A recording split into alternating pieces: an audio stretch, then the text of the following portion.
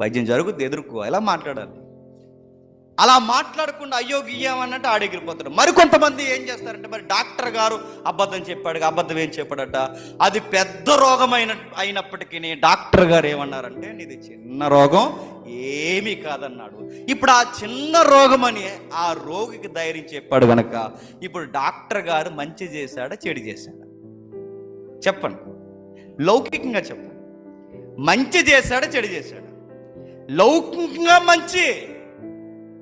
కానీ బైబిల్ దగ్గరికి అదే డాక్టర్ క్రిస్టియన్ అయితే, అదే డాక్టర్ విశ్వాసి అయితే, ఆ డాక్టర్ని ఎలా తీసుకొచ్చి బైబిల్ మీద నిలబెడితే బైబిల్ ఏమంటావు చెప్పనా, రాంగ్ మోటివేషన్ ఇస్తున్నావంట.